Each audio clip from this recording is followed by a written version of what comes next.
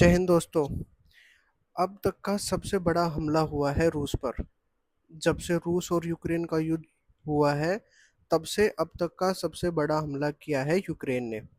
Ukraine इस हमले को लेके पिछले 1.5 साल से प्लानिंग कर रहा था। यूक्रेन ने 1800 से लेके 4000 किलोमीटर तक रूस के 5 एयरबेस पर हमला किया है। बात आती है कि यूक्रेन ने इतनी अंदर तक कैसे हमला किया। यूक्रेन ने ड्रोन का यूज किया है। अब ये ऐसे कौन से ड्रोन हैं जो कि 4000 किलोमीटर तक जिनकी रेंज होगी। यूक्रेन ने रूस को भी सरप्राइज कर दिया है। उन्होंने ट्रक में भर के ड्रोन को एयरबेस तक पहुंचाया।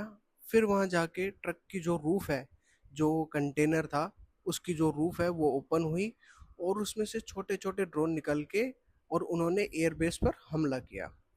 अब सवाल आता है कि रूस तक ट्रक भी कैसे पहुंचा, कि रूस के 4000 किलोमीटर तक जो दूसरे कॉर्नर पर जो एयरबेस था वहां तक भी इनके ट्रक पहुंचे कैसे। देखिए, इन्होंने ट्रक को स्मगलिंग करके रूस के अंदर तक पहुंचाया। अब आप बोलोगे कि ट्रक कैसे स्मगलिंग हो सकता है और वो भी इतना बड़ा। जी हाँ, करप्शन हर देश में होता है। ये सारे ड्रोन एआई से कनेक्टेड थे। ये ट्रक एयरबेस के बिल्कुल पास में जाके खड़े हुए और उन्होंने रूस के TU-95, TU-22 और A-50 बॉम्बर एयरक्राफ्ट को डिस्ट्रॉय कर दिया। ये जो A-50 है, ये टोटल ही 10 है रूस के पास में, और ये बहुत ही एडवांस बॉम्बर की कैटेगरी में आते हैं।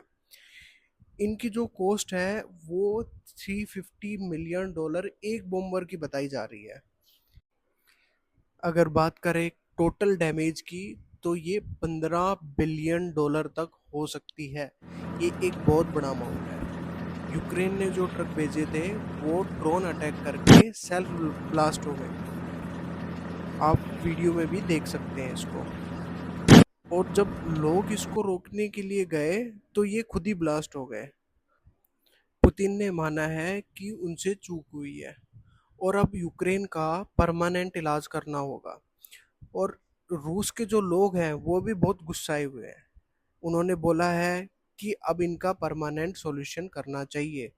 पुतिन ने आज एक प्रेस कॉन्फ्रेंस की और बताया कि हम अब अपनी ओरेसिंक मिसाइल का यूज़ करेंगे, जिसका डैमेज न्यूक्लियर बॉम्ब के जितना ही होगा।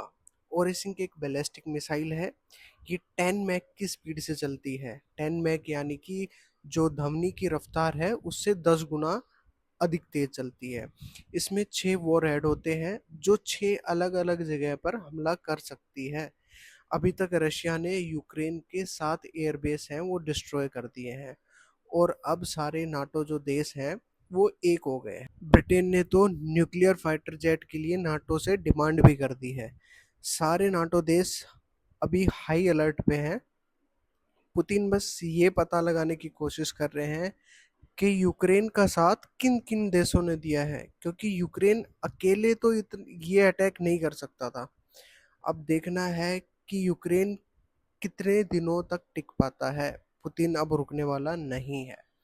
आपकी क्या राय है, कमेंट में ज़रूर बताइए।